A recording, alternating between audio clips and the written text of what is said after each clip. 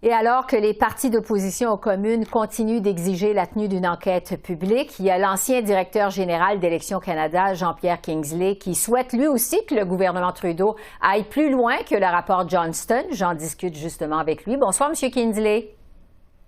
Bonsoir, Mme Bégin.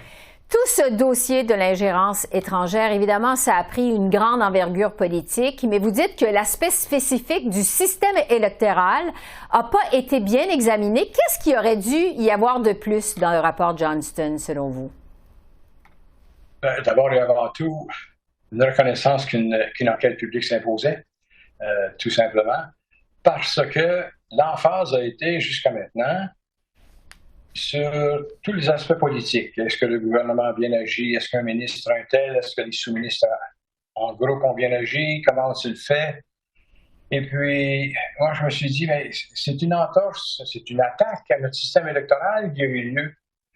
Et puis, ça semble prendre une deuxième place à tout ce qui se passe, tandis que ça devrait vraiment être la première place, parce que c'est ça qui a été entaché, c'est ça qui a été attaqué, comme je le disais. Et puis, vous savez, le système électoral, c'est celui qui a comme mission principale d'établir la légitimité de la gouvernance, dont nous avons le bénéfice au Canada depuis 1867, mais en particulier depuis 102 ans, donc depuis 1920, quand le Bureau du directeur général des élections du Canada a été fondé. Et puis, depuis ce temps-là, d'ailleurs, je devrais le mentionner devant tout le monde, nous sommes l'envie de l'univers, finalement. Il y a des moult pays qui sont venus me visiter pour savoir comment est-ce que vous faites les choses pour avoir un système électoral aussi ouvert, aussi bon. Et j'ai été invité à plusieurs pays aussi pour aller parler de la chose. Donc, c'est un joyau du système canadien.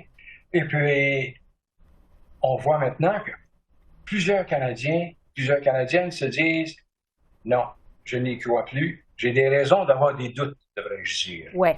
Justement. Il n'y a seulement qu'une façon de contrer cela. Ça va être une enquête publique. Bon. Éventuellement, c'est ce qui va avoir lieu.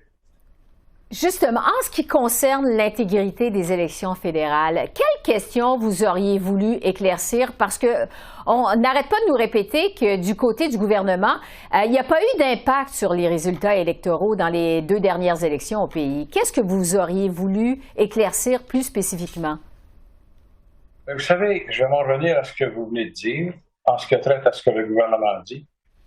Le peuple canadien veut avoir la preuve pour lui-même de cela, veut le voir de ses propres yeux. Et puis, ça ne suffit pas que quelqu'un nous dise qu'il n'y a pas eu vraiment d'impact. D'abord, ça a eu lieu en 2019, on ne l'a pas su, du moins pas publiquement. Ça a eu lieu en 2021, on ne l'a pas su. Je parle de nous, le peuple. Et puis, en ce qui traite à ce qu'une commission pourrait aborder comme question, en ce qui traite au domaine électoral, quelle est la teneur de ces messages-là? Quelle est la saveur de ces messages? Quelle est leur ampleur? Vers qui est-ce que c'est visé, soit positivement ou négativement? Vers quel parti politique, positivement ou négativement? Qui a participé à partir du Canada? Est-ce que ce sont des Canadiens et des Canadiennes? Est-ce que ce sont des gens de l'extérieur qui se sont servis des Canadiens et des Canadiennes à leur insu ou à leur su? Tout cela, il va falloir le déterminer. En même temps, on sait que rien n'a lieu sans qu'il y ait de l'argent qui soit dépensé. Est-ce que ces sommes-là ont été rapportées au directeur général des élections? Est-ce que les gens se sont inscrits comme tiers partis s'ils l'ont fait de façon plus anonyme? Donc, tout cela mérite d'être approfondi pour que l'on sache, nous, comment nous protéger la prochaine fois. Ouais. Et non pas nécessairement dépendre d'un gouvernement qui dit qu'il nous protège, quel que soit le gouvernement. Puis l'autre chose que je voulais mentionner, c'est qu'il y a un comité de 5 sous-ministres qui, eux, ont déterminé qu'il n'y avait pas eu d'entache à la loi électorale. Mais moi, je me dis, les 5 sous-ministres sont d'excellentes personnes, je n'en ai aucun doute.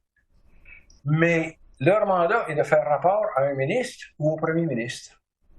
Leur mandat n'est pas de faire rapport au public canadien.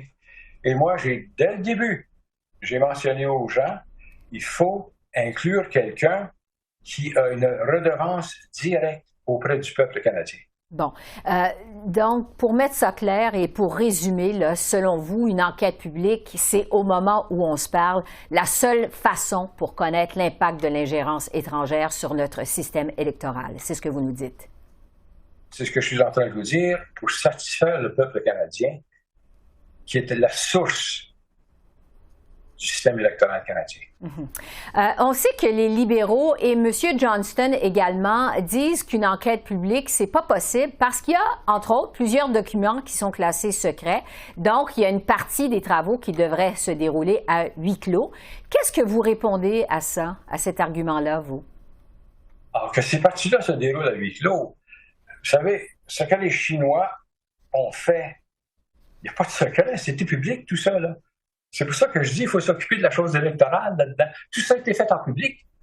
Les choses qui relèvent du secret national, du secret pour la sécurité, un juge peut s'en occuper. Vous savez, les gens qui travaillent dans le domaine de la sécurité, leur tâche est de considérer tout leur travail comme étant quelque chose qui est relié à la sécurité du pays et donc couvert sous la rubrique de secret. Et puis moi, je me dis, un aperçu neutre, un œil neutre, pourrait dire, écoutez, telle partie du document, on peut finalement laisser le public le voir. Il n'y aura aucune attaque à notre système pour préserver le secret. Et puis, il y a des experts dans le domaine, même un ancien directeur, Dick Fadden, du service secret, qui a dit, faisons une enquête, il y a moyen d'en faire une quand même. Il y a d'autres qui ont dit, on a fait d'autres enquêtes, Maher, etc., d'autres, où il y avait des aspects sécuritaires, et on a réussi très bien à faire le jour à la satisfaction de la grande majorité des Canadiens et des Canadiennes. Oui, quitte à ce que... on peut faire la même chose avec le problème auquel se bute le Canada présentement. Quitte à ce qu'on fasse des parties à huis clos.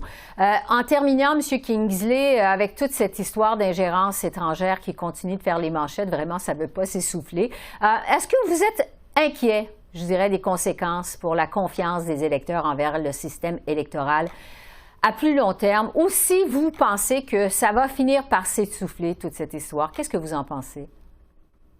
Elle finira de s'essouffler quand une enquête publique rendra son rapport. Avant ça, les Canadiens et les Canadiennes, tels que je les connais, ne seront pas satisfaits avec une réponse telle qu'on l'a reçue jusqu'à maintenant. Ça, c'est clair comme de l'eau de roche en ce qui me concerne. Donc, c'est clair, selon vous, M. Kingsley, ça prend une enquête publique. Jean-Pierre Kingsley, merci beaucoup d'avoir été avec nous. C'est très apprécié. Merci. Ça m'a fait plaisir. Au revoir.